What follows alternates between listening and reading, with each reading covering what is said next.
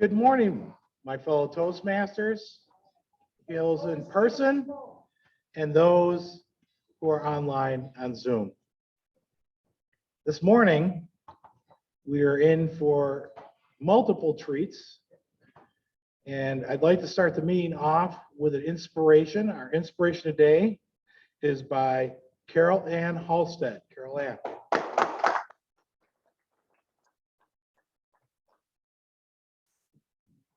Fellow Toastmasters and guests.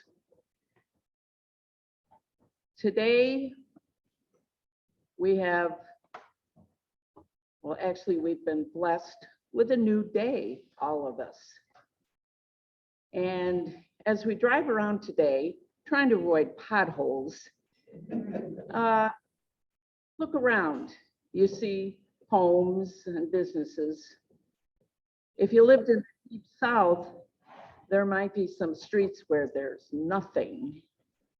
And unfortunately, in the conflict overseas, a whole city could be gone. So let us just be thankful for each day, and especially today, thankful that we can come together as Toastmasters.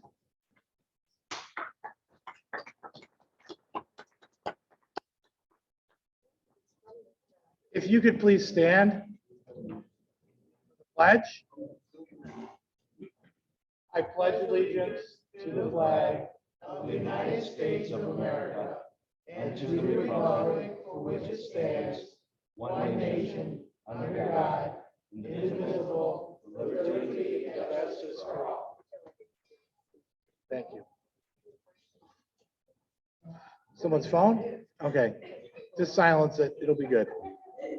I'm trying to. Well, while Jill's phone continues to go off. I have no idea what's going on. I had never heard your phone do that before. A reminder for the umpteenth time, the meeting on the 21st will be on Zoom only. This room will be needed for the facility and will not be available to us. So again, on the 21st, we are on Zoom. If you do show up here, you can always jump on your phone real quick and click the Zoom link and still make it on time as you drive home. Or broadcast right from the parking lot, I guess. So there is always that option. So wherever you are, what's great is this club, you can always get to it through your phone wherever you are, even on vacation. With that, I'm going to turn the meeting over to our Toastmaster for today. Let's give a big round of applause for our Toastmaster of the day, Len Thornton.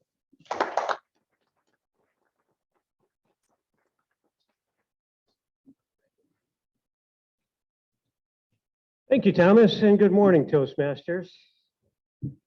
Out there in Zoom land.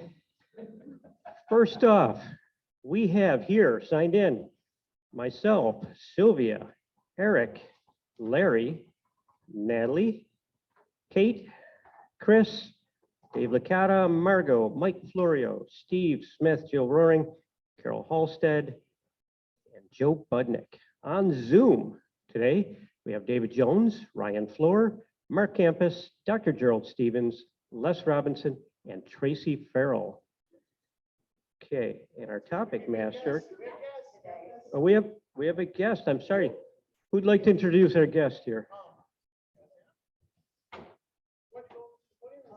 Come on up here.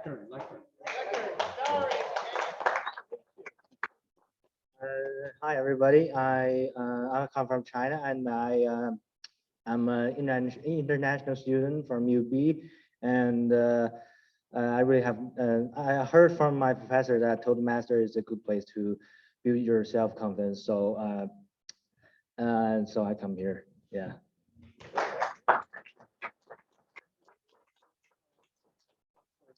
All right. And you guys can call me Jason. Okay. Thank you. That will make it much easier. Welcome, Jason. Good to have you here. Kate has a guest as well. Please introduce your guest, Kate. This is Kristen Roman. It's her second visit, so welcome her back. Kristen, welcome.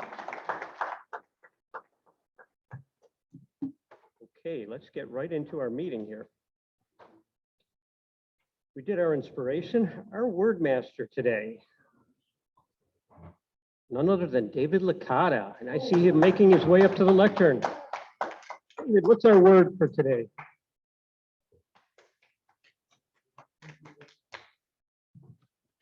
Thank you very much, Mr. Toastmaster. And most of all, thank you for this incredible theme.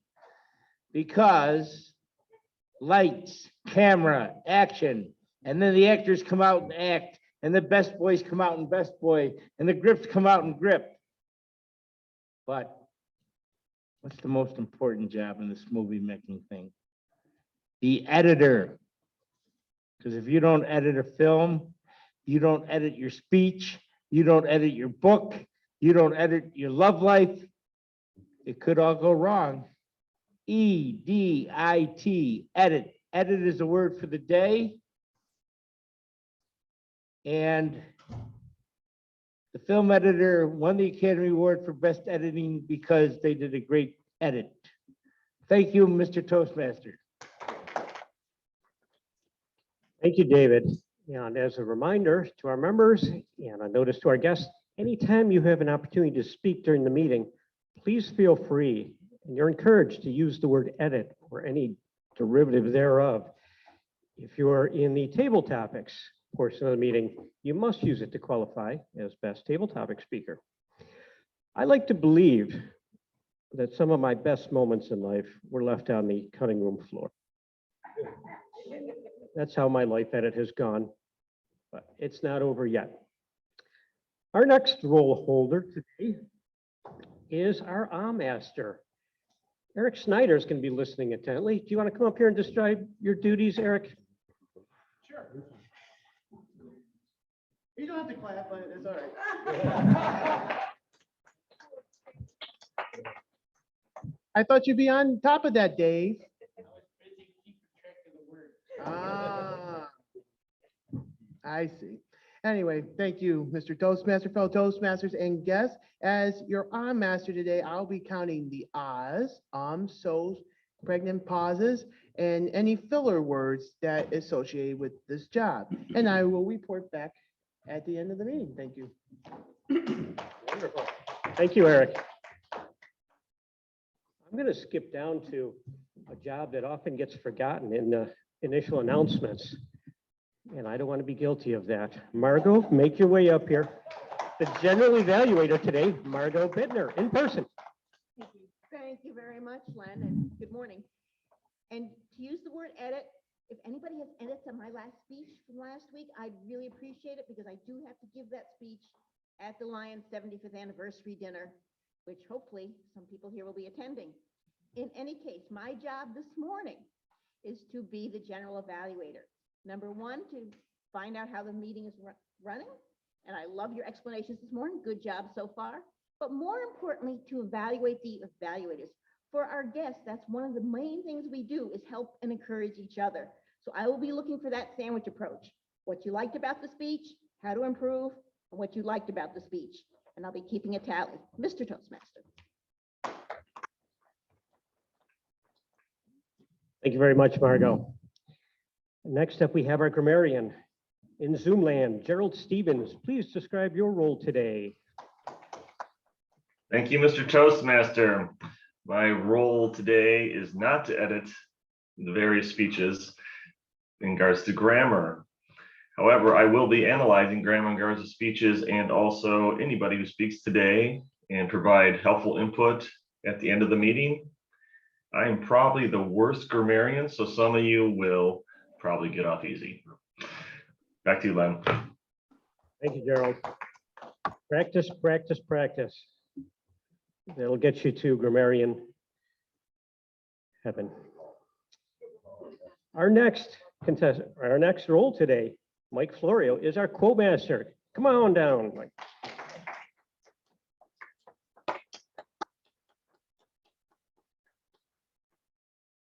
Mr. Toastmaster, fellow Toastmasters, and our guests, Good morning.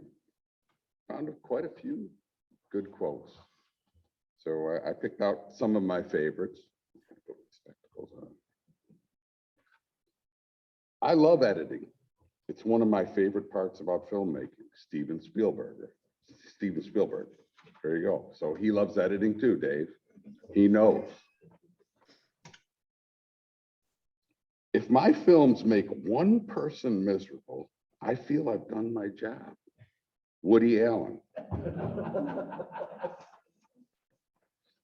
And last, I think cinema, movies, and magic have always been closely associated. The very earliest people who made films were magicians, Francis Ford Coppola.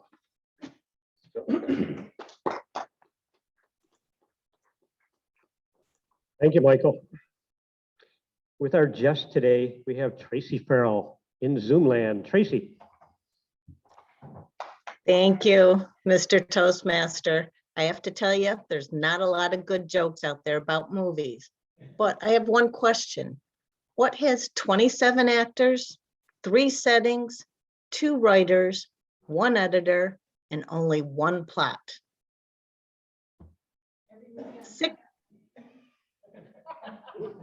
A Hallmark movie? 671 Hallmark movies.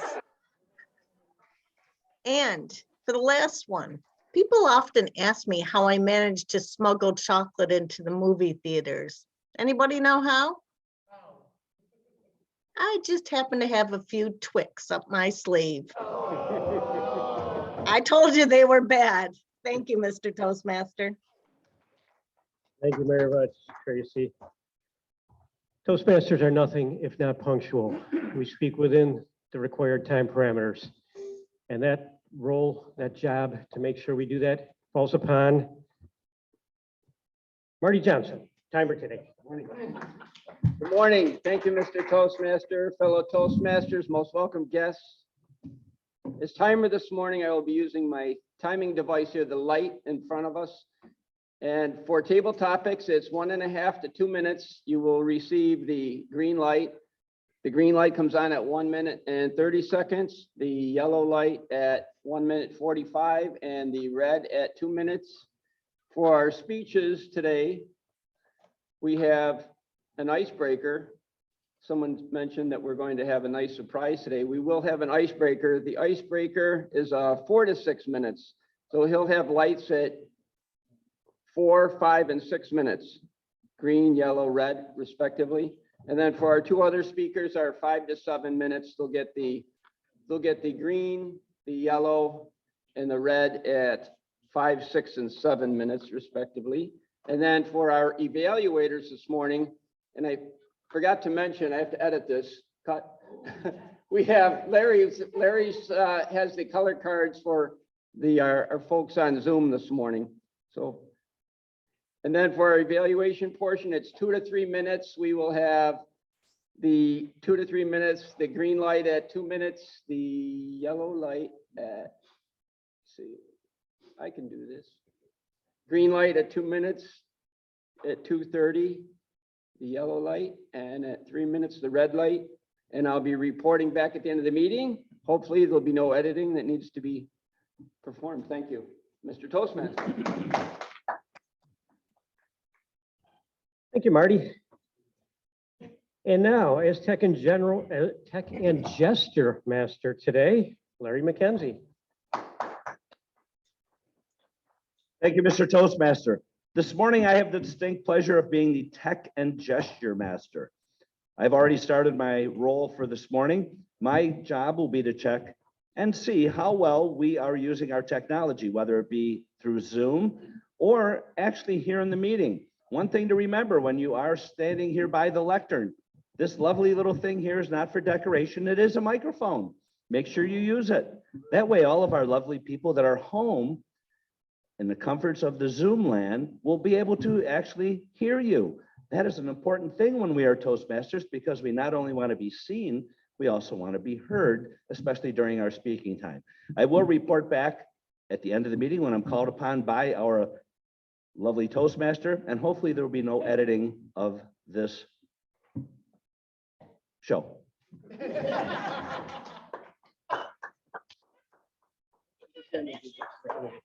We need to standardize the handshake slash fist bump thing here. Too much confusion for this early in the morning. Part of the tech and gesture. Okay, I failed that one, huh? Okay. Our next role is Quizmaster, to make sure everybody pays attention today. Fulfilling that duty today is Krista Goffer Banks. Chris. Thank you, Mr. Toastmaster. Good morning, fellow Toastmasters and guests. As your Quizmaster, I'll be making note of any interesting tidbits that I hear throughout the meeting. And then at the end, I'm going to quiz you to see who is paying attention. Thank you. Thank you very much, Chris. My theme today, lights, camera, action, movie making in the 20s. I am, of course, referring to the 2020s. I don't think any of us were around for the prior 20s. It occurred to me that we are all movie makers or have the capacity to easily become movie makers. I'm a big fan of YouTube videos. I've spent hundreds and hundreds of hours, not wasted, spent. It was a conscious choice on YouTube videos to enrich my life, entertainment, education, what have you, and also TikTok. TikTok maybe isn't kind of geared toward my generation, but there's some fantastic content on there, some very talented people, and I learn a lot. Any one of us here with our superior speaking skills could easily become a TikToker or a YouTube content contributor, okay? And YouTube pays pretty good money if you get the followers, if you get the number of clicks. There are people that make a really, really good living. I have, for the past 10 years, had one video on YouTube. I would go to, when I was fixing something and I wanted a shortcut on what it might be, I would look in YouTube to see if somebody else encountered that problem and was thoughtful enough to make a video to guide me through it, the disassembly, the repair of some item. And it occurred to me once when I was fixing my Keurig coffee maker that I should document this to save somebody else a few steps, some time in their pursuit to fix theirs. So I documented a short video. My fix was very simple. There was a hose that had come off in shipping.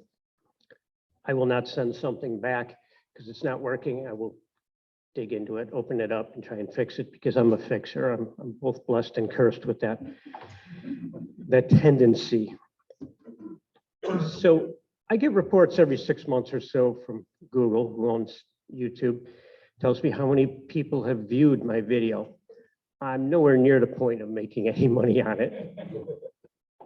And it doesn't matter to me. I just wanted to give back to the YouTube community for helping me out so much. I will be talking a little bit more about podcasting, creating your own videos, editing, and the tools available to do that a little bit later in this program. But right now, let's move into our impromptu speaking portion called Table Topics. And directing Table Topics today is from Zoomland, Mr. David Jones. David, take it away. Thank you, Mr. Toastmaster. Good morning, fellow Toastmasters and guests. My questions are going to revolve around some quotes of movies, none of which are from the 20s. Therefore, I am not going to edit the movies, but I'm going to ask some questions. And I'd like to start with Natalie in person, if you're available to do a table topics.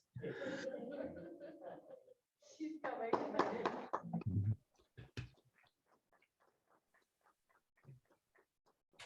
I have no idea what I'm doing here. Okay. Talk for 1 to 2 minutes and use the word edit. Wait till you hear the After he asks question. Okay. All right, what's the question? All right, Natalie, in the movie Star Wars, Yoda said, "Do or do not, there is no try." What recent events in your life required you to do and not try? Oh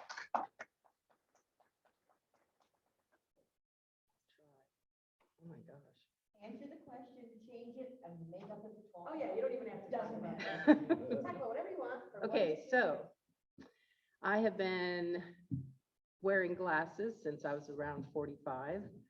I have lost at least 3 pair, one falling off a mountain, one in Lake Erie while sailing, and one in the bayou of Louisiana. And because of this, I decided it was time to not wear glasses. I attempted to wear contacts, but that did not work for me. My eyes are very dry, and that was not an option. So recently I decided to have LASIK, and I had it on Friday. I didn't have to do a thing other than lay there while I guess that isn't doing. My doing was to lay down and let them do it. But as I'm going into so the procedure of this is they're going to use a laser to cut a flap and then another laser to reshape the eye. So I'm getting ready to lay down in the first machine, and I look at the woman that's laying me down and I said, I don't remember you giving me the numbing drops. And she said, oh yeah, I did it in the room before. I'm sitting there thinking, well, I must be nervous and I don't remember. So they lay me down, the machine comes and it sits on my eye and it hurts like hell. And I'm squirming and the doctor's saying, keep still, keep still. Well, I wasn't keeping still because it hurt. The machine comes off, it's very quick, thank God. And then I said, I don't remember getting that hurt like crazy. I don't remember getting the numbing drops. And they put it in, they did the other eye, no pain. So so if you think you're not having they edited my eyes?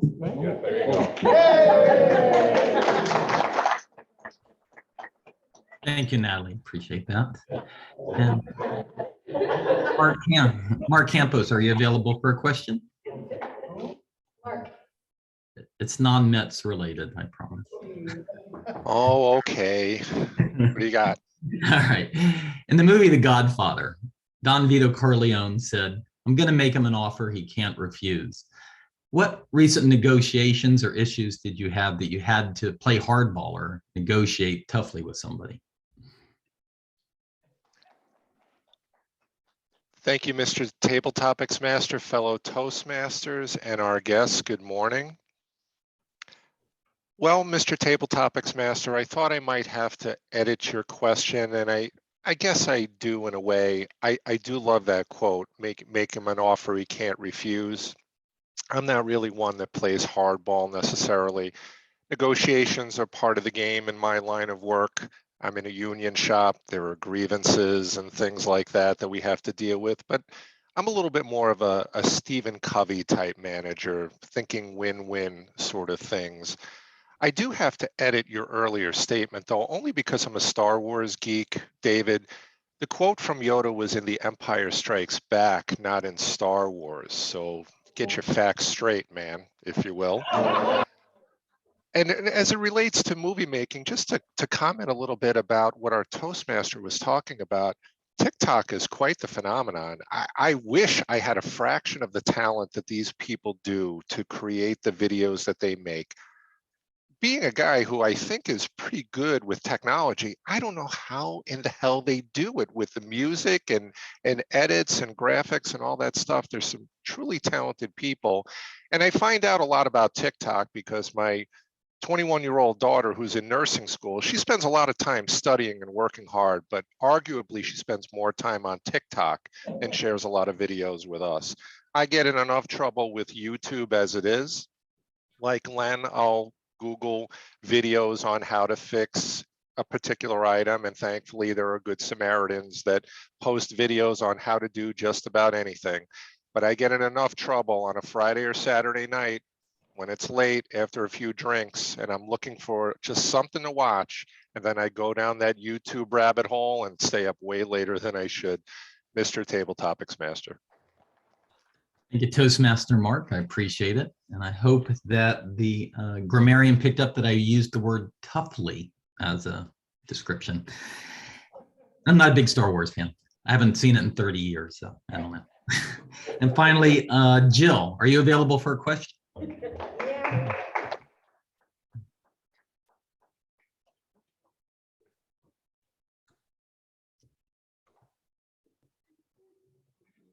Baffle me.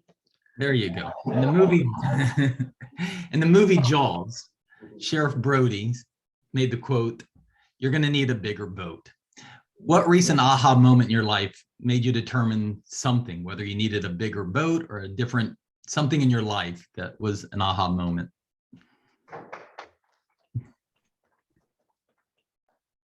Good morning, fellow Toastmasters and guests. I would say I felt I needed a bigger boat when, after being with Keith, I actually spent a summer living on his boat. And while there was room to do things, we really did need a bigger boat. More of the boat was consumed by fishing paraphernalia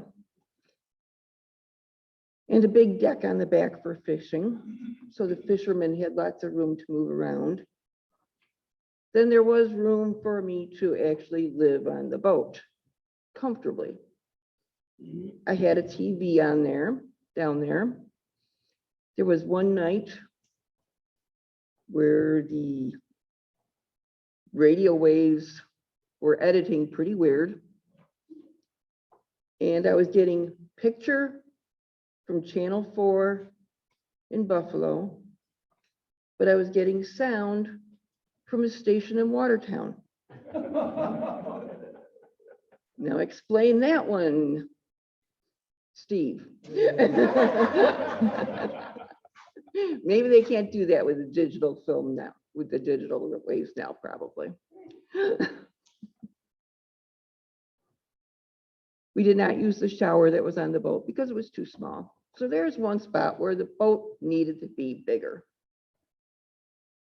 So yes, there was a situation in my life where boat needed to be bigger, and it never did get bigger. We looked. Thank you. Thank you, Toastmaster Jill. And can I get a word report from Mr. Licata? How our Toastmasters did this morning with the word of the day.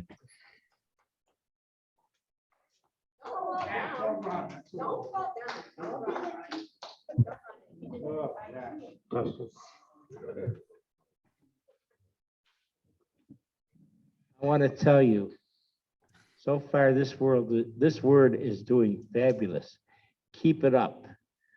It's doing fabulous in general, but in particular, table topics wise, I'm happy to report that our participants did indeed use the word edit. Great. Thank you, sir. And Toastmaster Marty, can we get a timer's report? Thank you, Mr. Topics Master, Mr. Toastmaster, fellow Toastmasters and guests. Everyone qualified. Natalie at 2 minutes and 13 seconds, Mark 2 minutes, and Jill at 1:50. Thank you, Mr. Toastmaster. Thank you, Mr. Timer. And I guess we can vote, and however that process is being done in there, that's wonderful. And back to you, Mr. Toastmaster. Thank you very much, David. Great job, great questions. Please take a moment now to cast your ballot if you're here in person, and someone will be around. Online, please message your vote to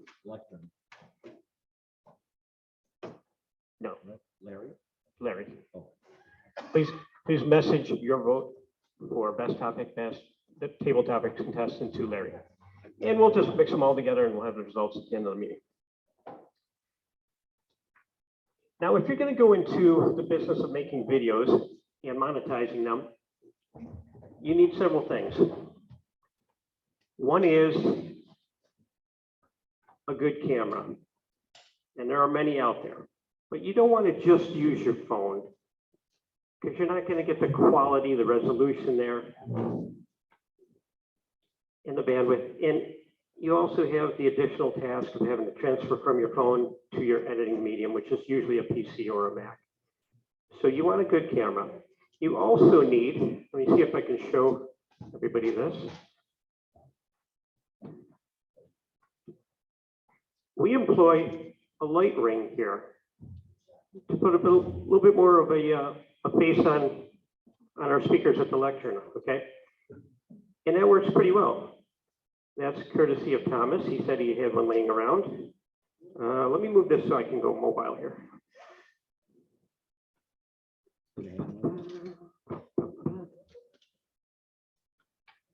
Sorry if anybody's getting seasick there. Okay, so this is the crowd here. Now, I'm using a headset mic, so you can still hear me. And this is the crowd, everybody waving, okay? And there's Larry over there doing what Larry does, okay? And this is the screen that we can see other people going on. You get kind of an infinite loop effect there if you aim it just right. So that's what we're dealing with here.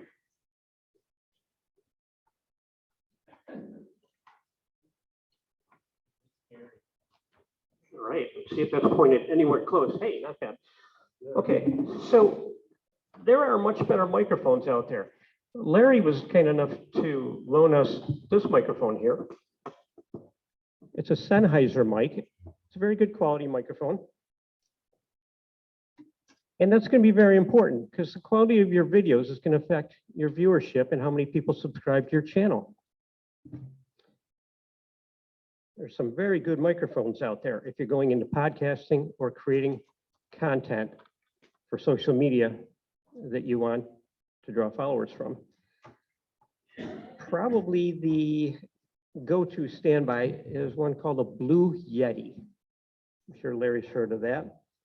Anything by Shure is good. HyperX, JLab, Elgato, Audio Technica. You can Google best podcast or webcast microphones and get a list and look at all kinds of reviews on them. And they're not all that expensive. It's a good investment. The quality of your sound in your video is paramount. Now, with regards to video editing software, as David said when introducing our word of the day, editing, very, very important. And some of these people, YouTube contributors, have become incredibly adept. I said have become because you don't start out that way. You have to become familiar with your software. You have to use it and practice and practice and practice. And that's what separates the quality videos from the amateur ones. When I was moving the camera around, you saw it jumping up and down and making some people at home sick, I'm sure. You've got to have a good tripod. You've got to mount your camera so that it's keeping you in the frame, whether you're dancing around or performing something, playing an instrument.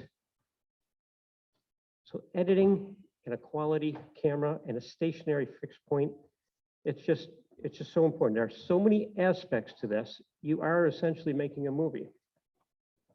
Some good video editing software. There's a lot of products by Adobe.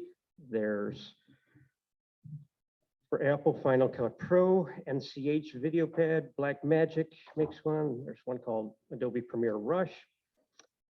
And there's free software too.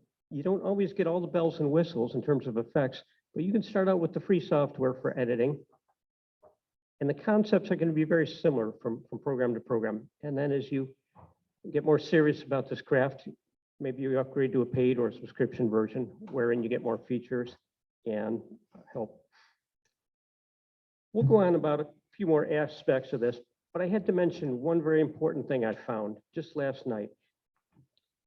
There is an app that you can run a sound file through that will not only annotate what you're saying, that is converted to words that you can post with the video.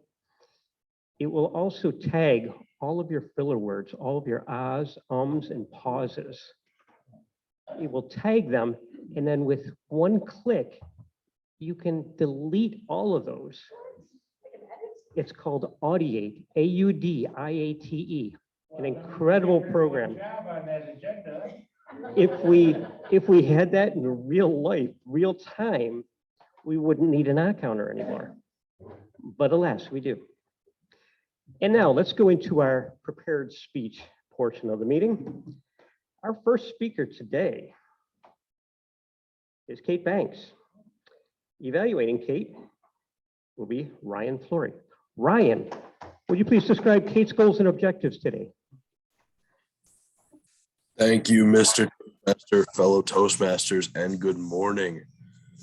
This morning, Kate will be speaking from the Pathways Persuasive Influence Level 2 Introduction to Toastmasters Mentoring. It is a 5 to 7 minute speech. The purpose is to clearly define how Toastmasters envisions mentoring. And what Kate's objective is to share a time when she was a protege and the impact and importance of having a mentor. Again, it's a 5 to 7 minute speech, Mr. Toastmaster. My job is not to edit the speech. My job is to evaluate, and I will be doing so near the end of the meeting. Do you have the title? I do indeed. Thank you very much, Ryan.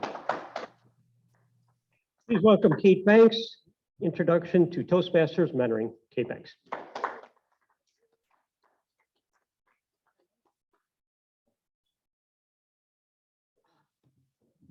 Ryan, are you still there? I am. You are can you hear? We can't see you yet. Yeah, I'm here. Hi. Can you share the title, the other title? Absolutely. Absolutely. The title for Kate's speech this morning is Patience, Young Grasshopper. Kate, excuse me, history. Kate Orr, Patience, Young Grasshopper.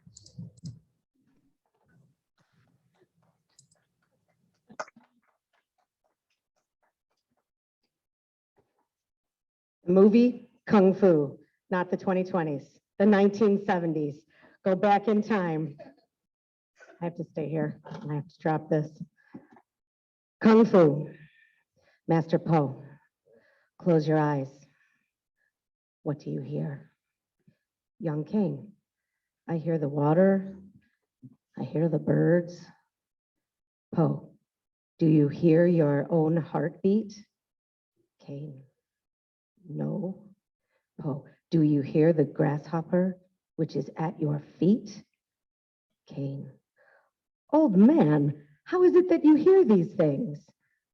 Po says, young man, how is it that you do not?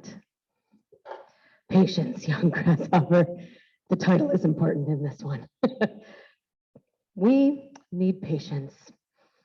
Many of you who know me know that that is not a strong suit of mine. Fellow Toastmasters and our honored guests, Kristen and Jason, patience to learn from the masters, to learn from the best. There are many in this room whom I consider coaches in my life, coaches who help me in the short term. Mentors are in it for the long haul. Two specifically in this room are sitting together today, and that would be the first person who invited me to a Toastmasters meeting more than 15 years ago, and it took me a while to finally bite, and that would be Margot Bittner.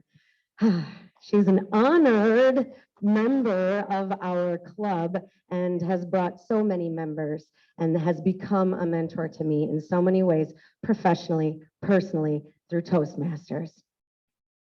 It's difficult to narrow it down then, because being in a group for so long, I feel like I have a lot of people in my life who have given me much.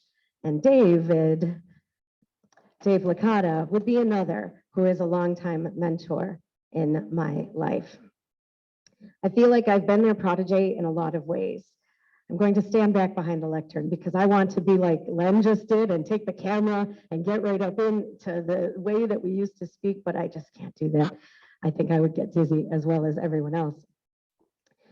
Margot is a fierce woman, and she has blazed paths, which has made me more confident in doing the same, especially in environments where, for example, women or short-statured people or people who aren't from the same town who are trying to make any kind of change feel blockaded and feel like they're being pushed away or ignored.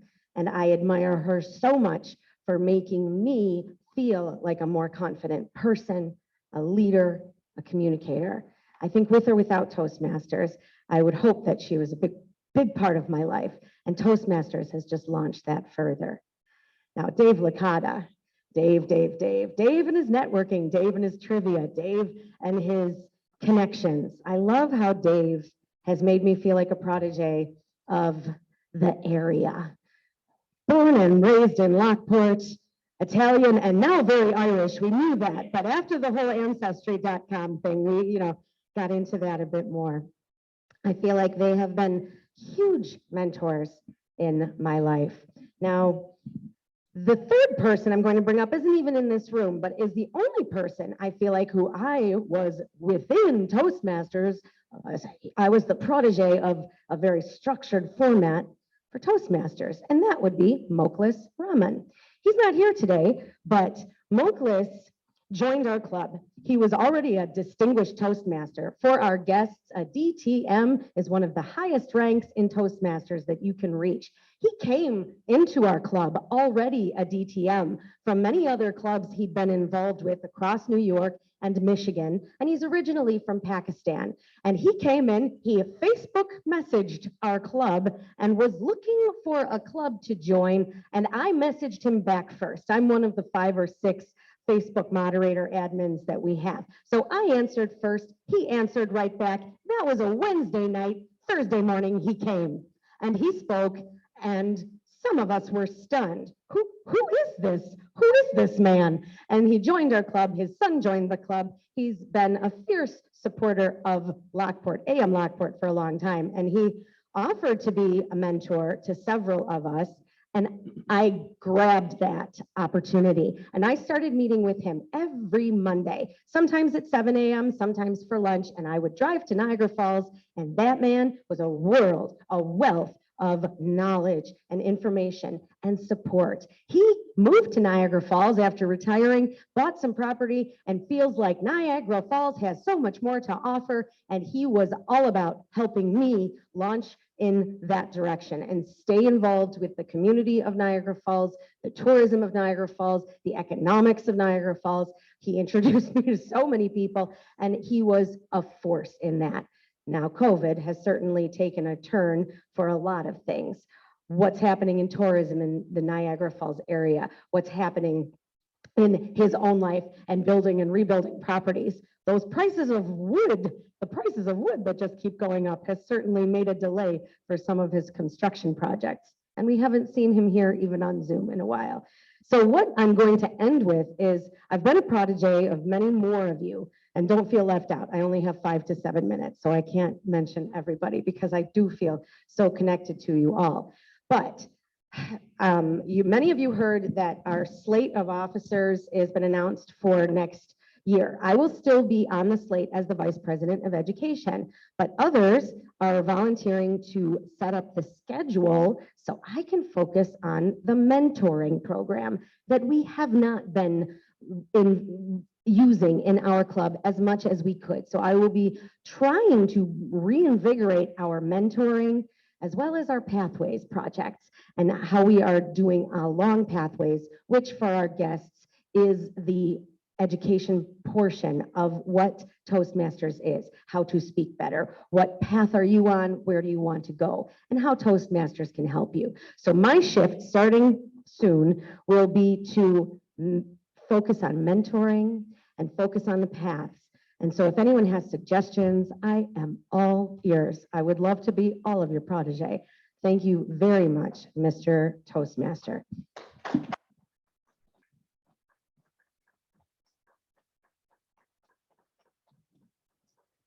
Thank you very much, Kate, and my apologies for botching your speech title. I had it clearly on the agenda right here. I simply failed to read it. It is in smaller print, however. I'm going to edit the template so that the speech title is twice the size. That's what I'm going to do. On to our second speaker today, who will be Les Robinson from Zoom. Les's evaluator is Stephen Smith. Stephen, please describe Les's goals and objectives today. Thank you. It's my honor and pleasure to evaluate Les Robinson, who, as many of you know, is a DTM. So this is going to be fun. He is on, if I got my notes right, a dynamic leadership path. He will be giving us an icebreaker today, which is a 4 to 6 minute speech in which he introduces us to the group. I don't think he has any more of a title than that. Thank you. Can everybody hear me? Thank you very much, Steve. Let me introduce Les Robinson, Pathways Icebreaker. Take it away, Les. All right. Thank you, Lon. Okay. As I say, my name is Les Robinson. I am doing the icebreaker through the Pathways program with Katie Banks helped me to understand. And today what I'm doing is my icebreaker. In 2005, I joined Toastmasters, and Dave Licata brought me into Toastmasters, and that is probably one of the best things that's ever happened to me. It's made me a better leader, a better speaker, a win-win across the board. And one of the greatest assets to our club, I believe, is Dave Licata, because Dave keeps bringing in new people into the organization, which I think, as being a past area governor, makes this the best club in Western New York. In 2010, I received my DTM and basically have done the Toastmaster stuff. And in 2019, my wife had surgery, which was going to be very simple. We went through the doctors and all that, and she had her neck operated on. So we went in, had the neck operated on, and on the day after the operation, my wife could only move her fingers and her toes, and she could not walk. It was not a good place to be.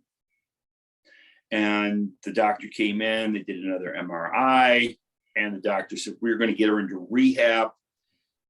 And in the big picture, because she could move her fingers and move her toes, that was a win-win across the board. So we got her to the rehab facility. We got her there, got her set up. And that night I came home and I had a beer. I'm sitting on the back porch going, wow, if my wife does not walk ever again, we are going to be needing round-the-clock care. We are going to be in a nursing home. My life is over. And I kind of just sat there and kind of just glazed out at the back of the woods. And then I said, wait a minute, you know, I sell long-term care. I do planning. I help people. Why don't we just double check it out? So I took my seminar for my class. I laid it out and I went through the steps. And after going through the first time, I realized, wow, this actually works. Well, you know, you're kind of like, you know, dazed. So you did it again. I did it a third time. And I went through everything, and since I realized it worked, I felt good. I went to bed. The next morning I got up, checked it all over. Our money, our assets, everything was protected and preserved from Medicaid nursing home. So I was not going to be limited to $35,500 a year, one car, one house, and $130,000 worth of assets. So on that day, I grabbed the laundry to take back to the rehab facility. And I went out and I always bought a big container of Tide. I've been through 10 of these long-term care events in my life. My wife was number 10. And drove to the rehab facility, sat down and said, you know, honey, we're doing pretty good. We don't really have to worry. You know, we're going to be protected. She kind of understood long-term care. She did, but she said, we're in a good place. And that's all I said. I said, she was happy. So then our only problem we had in the whole care procedure was that I handed over the clean laundry I bought the biggest container of Tide you could buy at BJ's, because when you're in a care event, clean clothes makes all the difference. And my wife looked at me and she kind of tossed it, which was a good thing. And I said, well, we know we're getting better when we kind of toss the laundry at me. Didn't go far, but it was a very important thing. And she goes, it doesn't smell good. I go, how can it not smell good? It is regular Tide. She goes, I like Tide with Febreze. So I had to go back out to BJ's, buy the biggest container of Tide with Febreze, and use Tide with Febreze. So in our 8 to 9 weeks of going through rehab with my wife to learn how to walk, that was the only problem we had. Otherwise, everything else was clean sailing. We didn't worry about finances. We didn't worry about anything. The only problem I had was I bought the wrong Tide. Jumping forward to a little farther, is people may know Wayne Malcolm from WLVL. Okay. I was working on a book and I was getting the end of it done. And basically I was sitting with Wayne and he said, you know, you are the creator and the developer like the Gillette guy who bought the team. And I said, you know, you are right. So I had to re-edit my book by putting the developer and the user of the less LTC process. So what I did is the book was ready to go and we had to add in a few things here and there and add it through the book for the user and the developer of the less LTC process. So I can honestly say that the book that I wrote, I put together and I made happen, okay? And one thing is don't ever write a book because it's a real pain to edit and check over everything else. But at the end of the day, I did change the paradigm of how I did my presentation, how I've done my classes, how I've helped people. Is basically I sit there and say, I went through this. This process I'm showing you actually works, helps to protect and preserve your money from Medicaid and a nursing home. It's a win-win. So the problem of my wife turned from a negative to a positive, which at the end of the day, I believe helps more and more people. On Amazon, I talk about that. Part of my book is basically how her event and my book actually works. So this isn't something that I decided to design. I put out and said, hey, by the way, it is what it is. And prior to my wife's event, that's how I presented it to people. I said, you know, here it is. But after that, I said, this has been field tested. I am patient zero. My wife is patient zero. And at the end of the day, if my wife was not able to walk again, I was not going to be affected by Medicaid or a nursing home. So at the end of the day, it was a win-win. So basically what I've been up to is working on a book, working on my presentations, going forward with my life, and decided to get back into Toastmasters. Thank you very much and have a great day.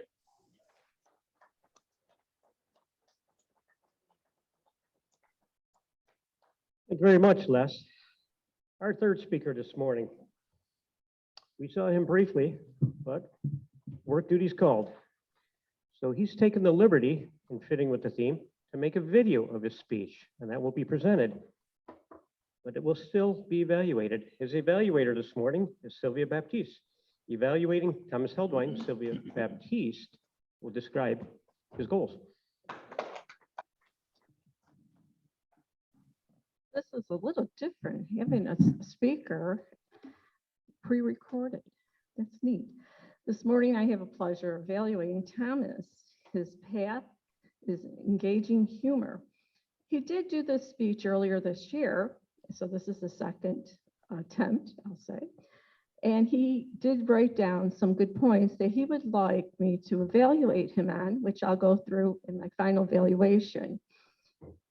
Do you have his title? I do indeed. Okay, I'll pass it on to you. Thank you, Sylvia, and courtesy of Larry, we should see in a moment Thomas Heldwine's speech. His title, My World Trips, the Good, the Bad, and the Bubbly. Thomas Heldwine.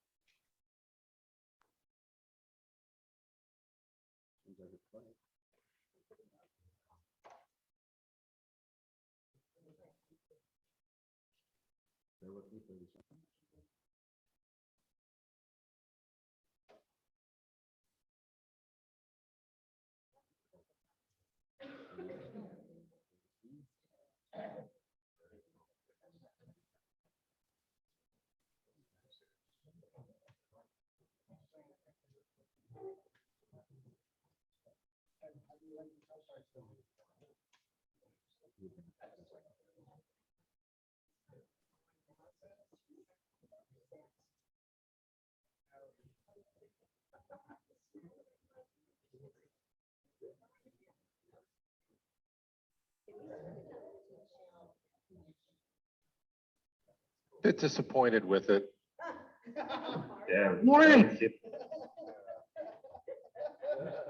Bit disappointed with it. Yeah. Morning. I finally saw them all.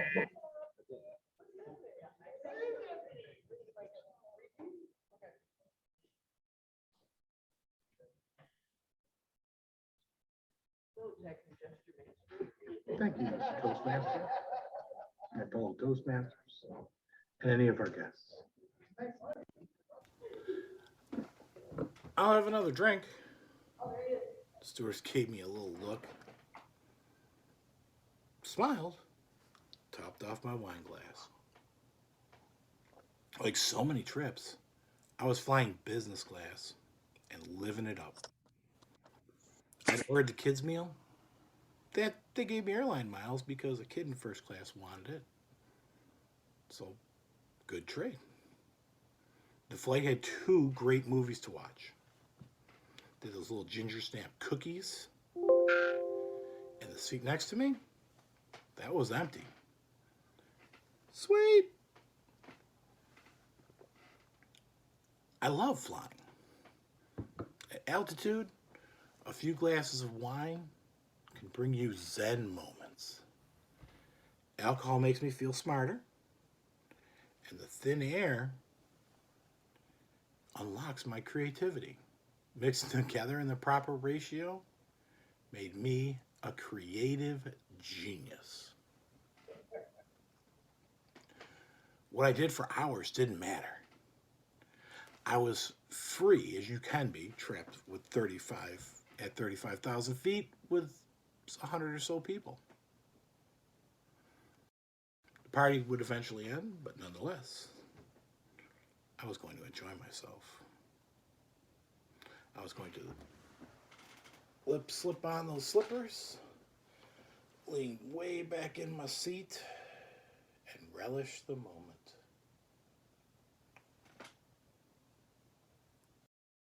Excuse me, sir. What?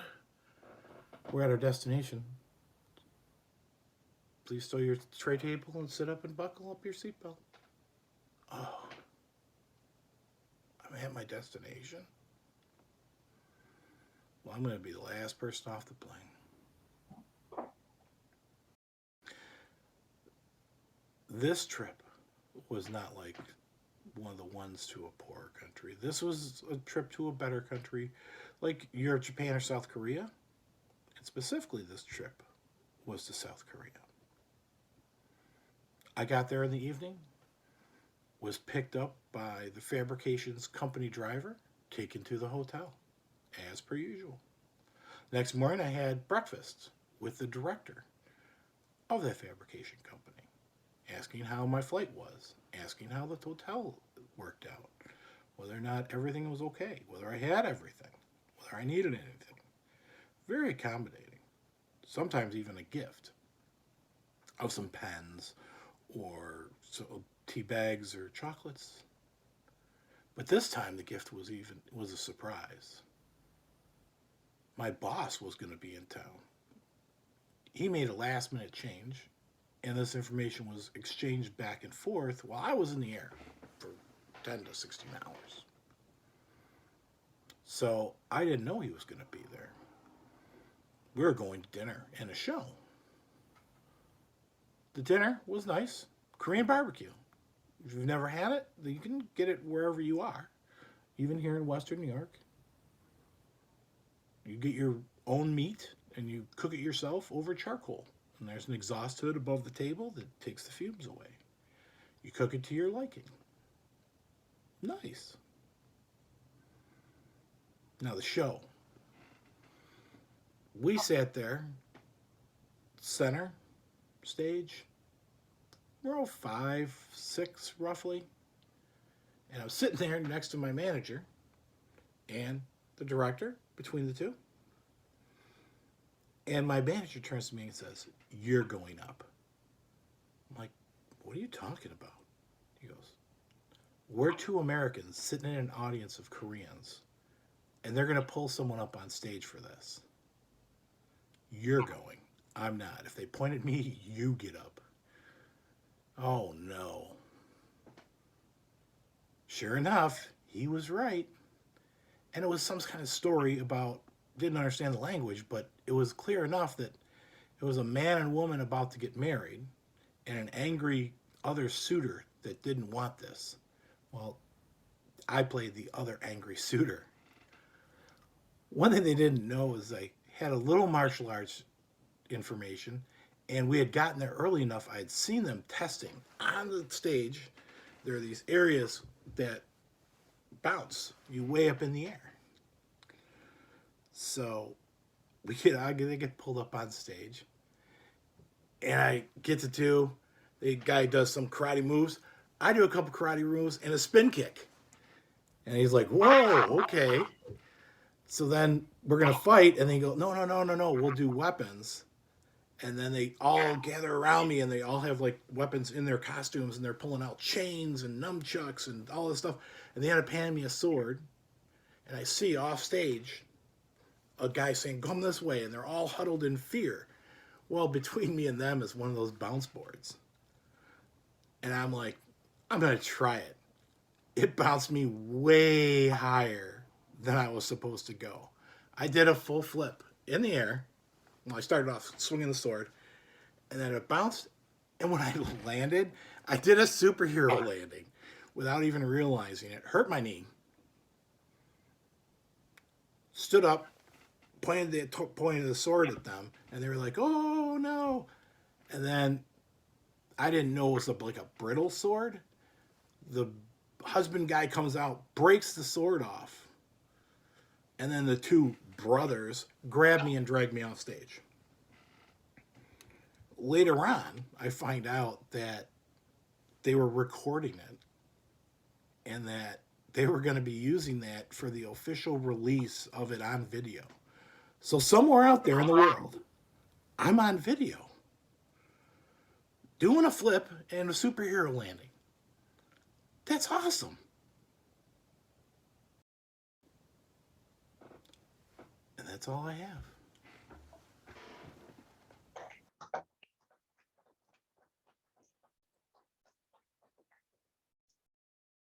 Okay, thank you, Thomas, in absentia. 3 wonderful speeches today. Can we get a timers report? Marty, how did our speakers do today? Thank you, Mr. Toastmaster. Guests, all of our speakers qualified, Kate, or at 7:15, Mr. Robinson with the icebreaker at 6:15, and Thomas Helvine at 6:45. Thank you, Mr. Toastmaster. Thank you, Marty. So please take a moment now to cast your ballot if you're live in person here, or to direct message Larry if you're on Zoom, and we'll compile those for later announcements. Now, the key when creating content for social media is to offer something, offer some entertainment value, some information. That's key to building an audience. I really started watching a lot of YouTube videos as the pandemic came on, and I found myself with a little bit extra time as business slowed down. I started following the space industry, and more specifically SpaceX and Starbase out of Boca Chica, Texas, where Elon Musk's company is developing the rockets which will get us to Mars. First the moon and then Mars. And it's fascinating the pace at which progress goes. There are cameras that monitor everything going on at Starbase 24/7, and there are people that report on those, from stacking different sections of the rocket, different engines coming in from a remote facility where they manufacture them in Texas, to testing, to pressure testing. We haven't had a launch because there's an EPA assessment going on right now, which has delayed things for about 6 months, but still a lot of progress. They're building rocket after rocket so that when they're cleared to launch once again from that facility, the world's most powerful rocket will go up and attempt to reach orbit, and it's going to be spectacular. Tentatively looking at late May for that, if the EPA assessment is finally done and clearance is given. So I follow that religiously. 3 or 4, 5 content creators report on everything going on in the space world, aeronautics, and it's really become a great hobby to follow that. Some other things I watch are, there is a music industry professional. He's worked in editing and mixing music for professional musicians, also playing as a fill-in musician on backgrounds. His name is Rick Beato, and he lives in Rochester, New York. And he's created his own YouTube channel wherein he'll take a classic song, and by classic, I mean one's appealing to boomers and Generation X, that kind of time frame, you know, when music was really good. And he'll break down these songs, and the theme is why this song is great. And he knows everything about music, harmonies, the notes, the chord transgressions. He'll break down a song in detail that we've all grown up with and tell us why it's great. And it's really entertaining to watch. And it's also nice knowing that he's so close to home here. Another guy has a channel called Jerry Rig Everything. His real name is Zach. He lives in Utah. And he started out by doing teardowns on cell phones, smartphones. He would take them apart, point out all the different features, the components, the size of the cameras, the size of the batteries. He would do testing on the case, the structure, how rigid it was. He would do scratch testing on the front screens and the sides and the peripherals, and see if they're waterproof. And from that, he's gone and expanded onto different content. Recently, he took a Humvee, a diesel Humvee with a blown engine, and he converted it to an electric vehicle. And he didn't know how to do this to start with, but he called in specialists in different areas, and he documented it all. And there were people just waiting for that next one to come out on bated breath. He has over 7 million followers and makes a good dime on his content. And he's expanding his content. It's just amazing what people can do just by putting out a good product. And now on to our evaluation portion of the meeting. We have 3 speakers, so we have 3 evaluators. Our first evaluator, evaluating Kate, speech, Patience Young Grasshopper, is Ryan. Ryan, take it away. Thank you, Mr. Toastmaster, fellow Toastmasters, and especially Kate. It was a really well done speech this morning. You've been doing this for a while, and I think most of us can tell. I don't have a ton of feedback here, mainly because how much I can actually say before my voice gives out. But I did want to say a couple of pieces up front. I think your diction was fantastic. The eye contact was great. We could understand clearly what you were saying, and it looked like you were talking to us. You had a good hook to bring us in up front, and you were holding the microphone, but you didn't forget about your offhand. You were still using it with gestures as necessary and appropriate. And in my opinion, they weren't too distracting. They weren't overdone or underdone. I think it was great for this speech. You stayed behind the lectern. You came out from the lectern during different points of emphasis throughout the speech. Excuse me. I would say that one of the things you want to work on was during the opening quote. It's really, really hard when you're using somebody else's words, but we could tell that you were using somebody else's words because you were kind of doing one of these numbers, looking right down, right? And so when you're using somebody else's quote, obviously most of us would be in that same boat, but I want to challenge you because you deserve to be challenged. Otherwise, the only other piece that I would say is you used speed to get through your speech. Just make sure that you begin to vary that speed a little bit so that in some cases you're using it for emphasis, whether that be faster or slower. Just watch that speed throughout the entire speech.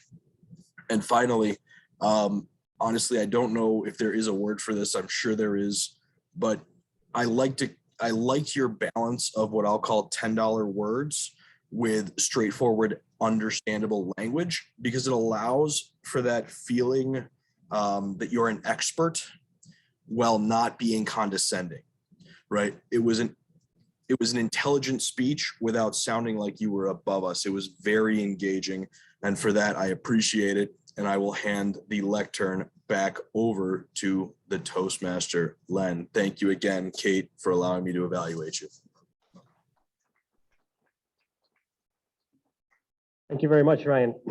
And now to our next evaluator, evaluating Les Robinson is Stephen Smith. Steve.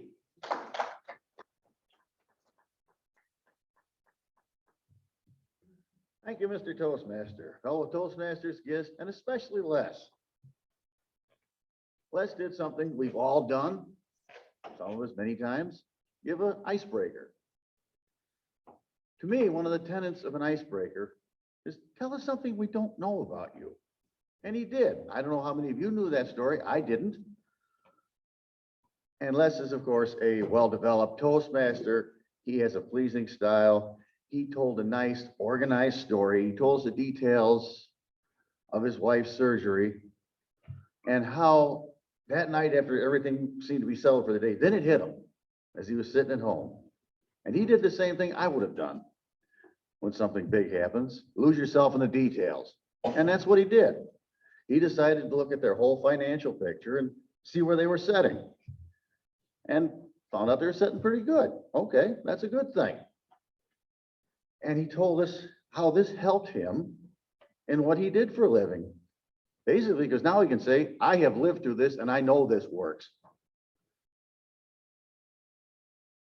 As far as anything constructive, he did use the word "and" a lot. And even though he's very, very comfortable on stage, very comfortable talking, I felt that he could have maybe worked with the camera a little more, maybe used a few more gestures. Vocal variety was excellent. And one other thing, I would have liked at the end of it, an update. How's your wife doing now in light of all of this? But all in all, I thought he did a very excellent job of presenting this speech to us today. And I like his one phrase about turning a negative into a positive. And that's exactly what he did. He got a lot out of this. It helped him in his work. He wrote a book.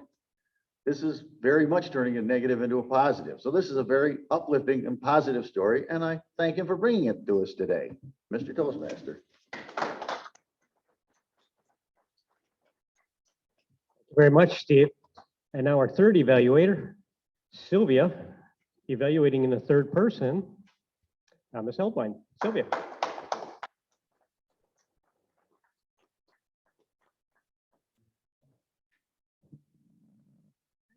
Okay. This was interesting. Pre-recorded speech. It's our first one that I know of, that I could remember as we started back after the pandemic. And as Margot stated to me just before, this is a good environment to practice this or do this. See how it goes.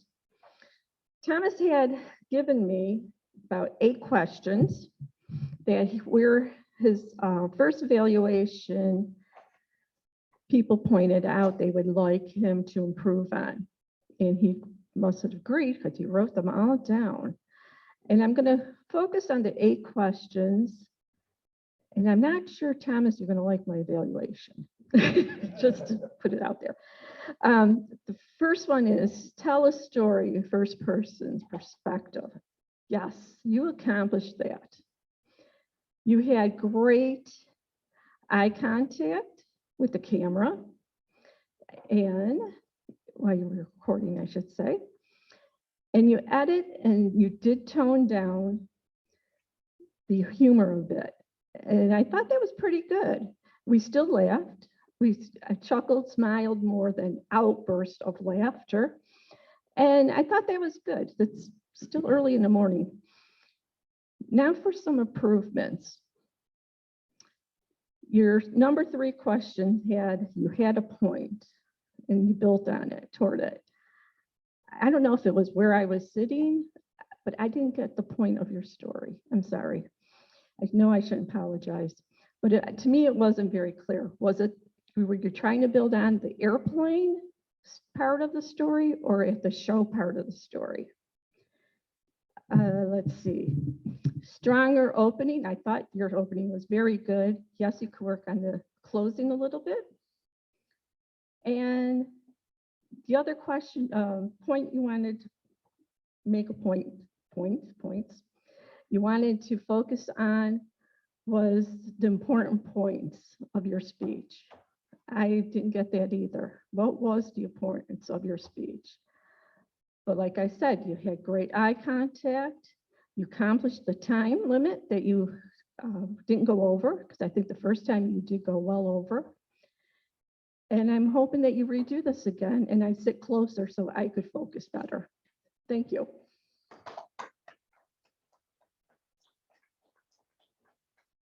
Thank you, Sylvia. At this point, may we please have a timers report? Marty?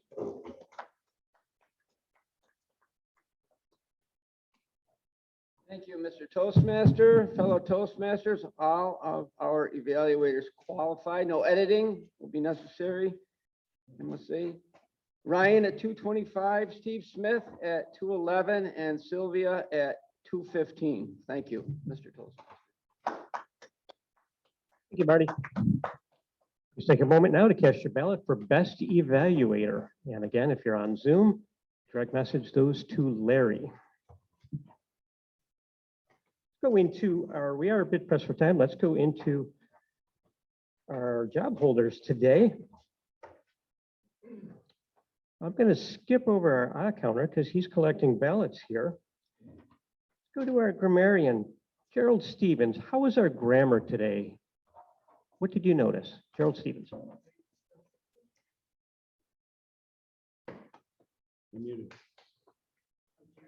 Gerald, can you unmute, please? Thank you. I usually don't forget that. Thank you, Mr. Toastmaster. I did notice a few things that needed to be edited in people's speeches today, mostly in table topics. Natalie had a little awkward phrase, says laying me down should be lay me down. Jill said waves pretty weird. Wasn't sure what that was about. Len, as part of, did say as part of speech part of the meeting, should have said prepared speaking portion of the meeting. And Steve said introduce us to the group, should it be introduce himself to us? Would have been a bit better. So those are 3 or 4 improvements that I will suggest for today. I did not hear any stellar vocabulary today, so I challenge you in the future to do that. Mr. Toastmaster. Thank you, Gerald.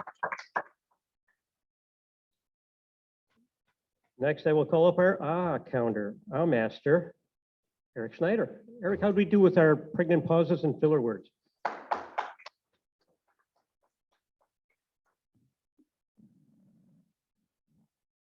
That's much better. Mr. Toastmaster, I tried my best today, as I always do, with the job of the eye master. We had a lot of ands today, and I'm not going to name any names, but we had a lot of ands, buts, and some so's.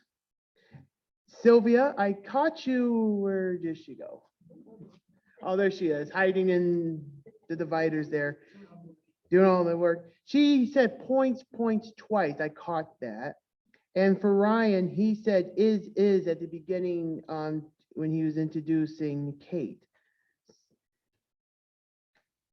That's what I have. So be careful with your ahs and ums and so's, because I think Edna would not like if we all use a lot of so's.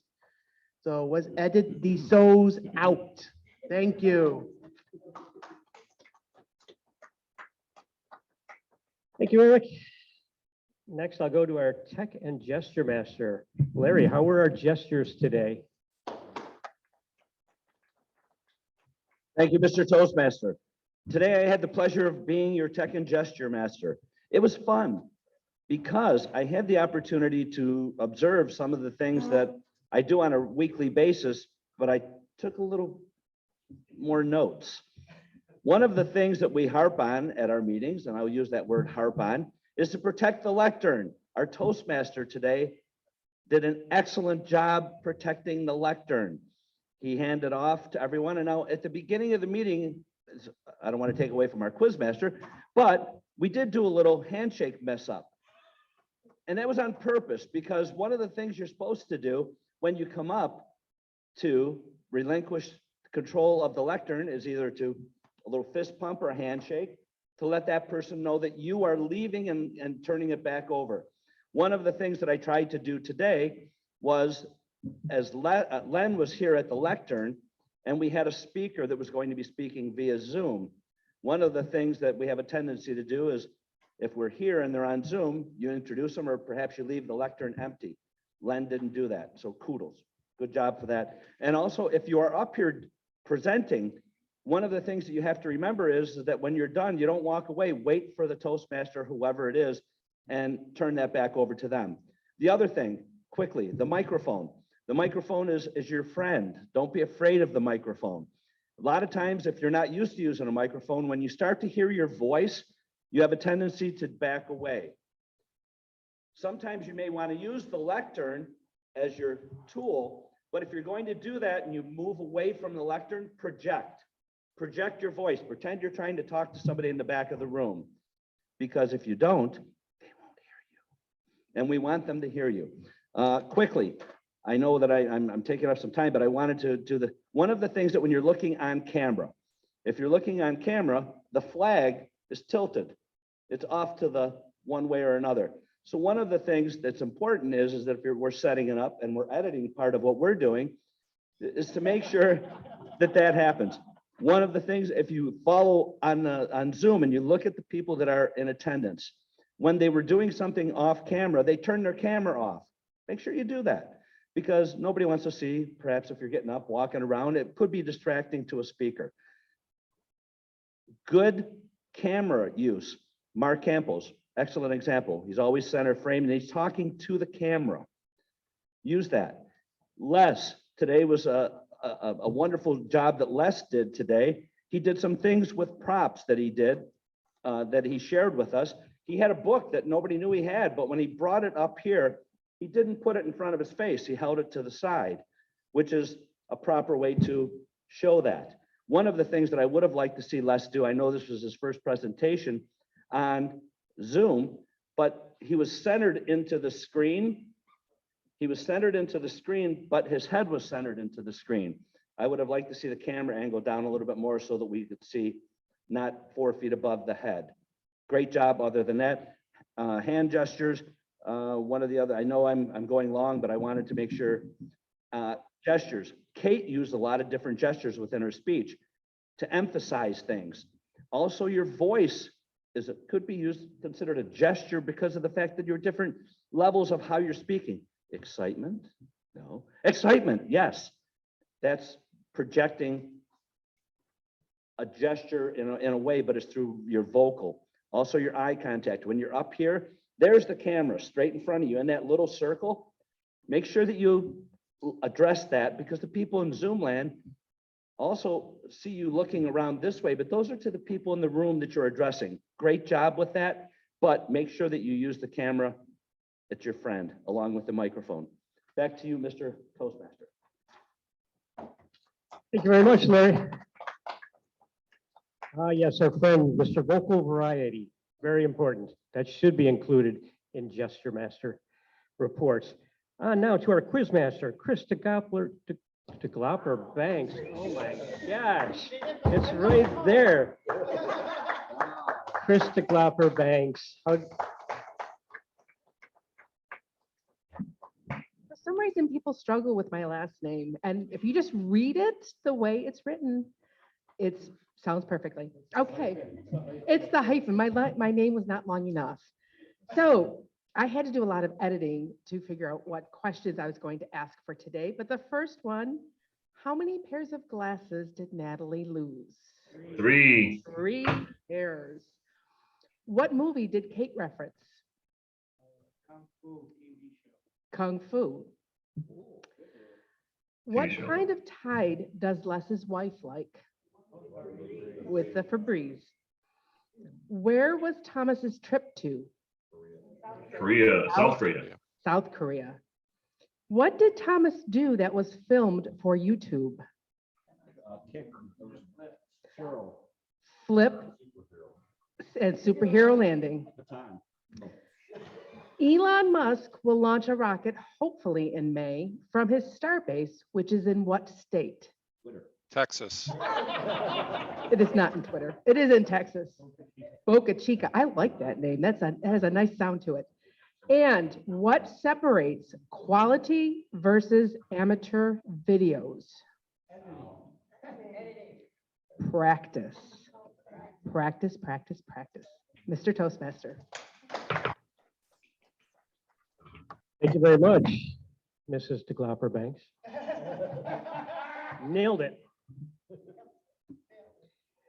And last but not least, let's go to our word master, David. Well, second last, but not least.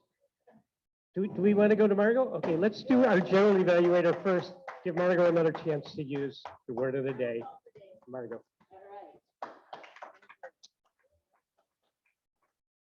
The theme is lights, camera, action, so I'd like to propose a toast. To the light that shines on various issues and situations, to the camera that can help us change and improve, and to the action that inspires us all to take. Here, here. Thank you, Mr. Toastmaster. This room needs a clock. We talked about it, yeah. It really does, because your last filler was getting, I'm sorry, I'm 8:30 is 8:30. You should know me by now. For Christian, Jason, I'm sorry. I tend to take over any room I am in. And this is how I do it. Gabe's laughing. Yes. Anyway, I do, when you introduce a speaker, why this speaker, why this topic, why this moment? When you introduce a speaker by saying the name, the title, the name, that's actually for a contest. And to make the meeting enriched, answer that question for us. You know, there's something Kate needed to communicate today. And I would have loved to find out why this moment, why did she pick this moment? Just something about them always helps. Again, it is a safe environment. As far as our evaluators go, everybody took their role and sliced it in 2/3. Everybody put the big chunk of compliments on the table first. We had 7, we had 4, we had 8 things, all the good things to start up. Then they put a little bit of filler. Everybody did get some improvement. And that's one, I know I'm speaking fast because I want to get out of here on time. I'm acknowledging it. Anyway, everybody had 2 suggestions. It was really interesting. Everybody had a little bit in there. And then the top roll had just a couple of things. So in editing it, we try for more balance. It is a speech, but at least all the evaluators did fulfill what they wanted to do. I liked how up front you explained things. And I guess that is where I'm going to stop, except for calling up our word master, because I think we all need to make sure that we use the word edit.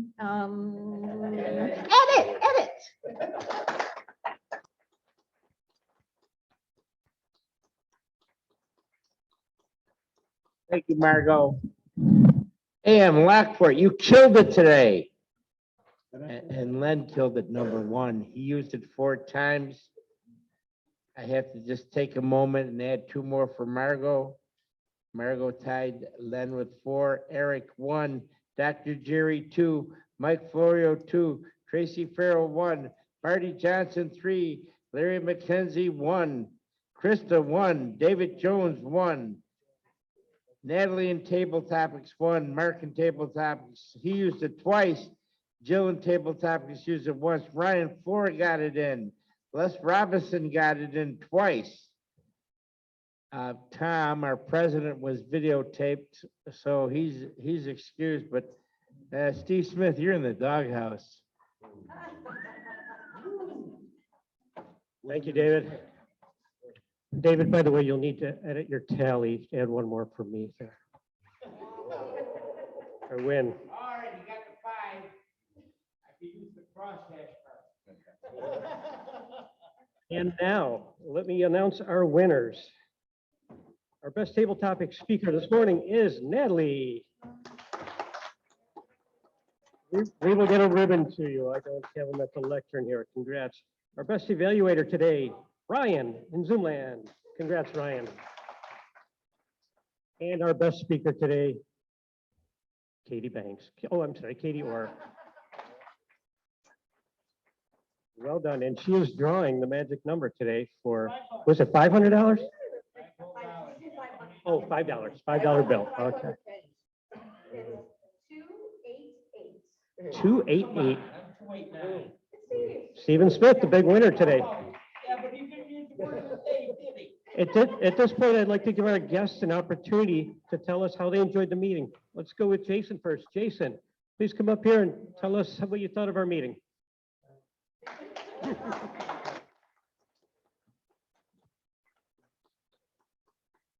Yeah, I'm very excited about to be here, and people are very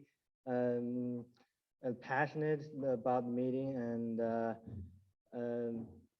forgive me, I speak terrible English, and my English is may not fluent enough. You're doing great.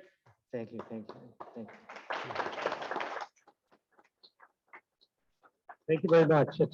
That's a fine school you go to. They gave me a piece of paper. Our other guest, Kristen. Kristen, please come up. Tell us what you thought of this meeting.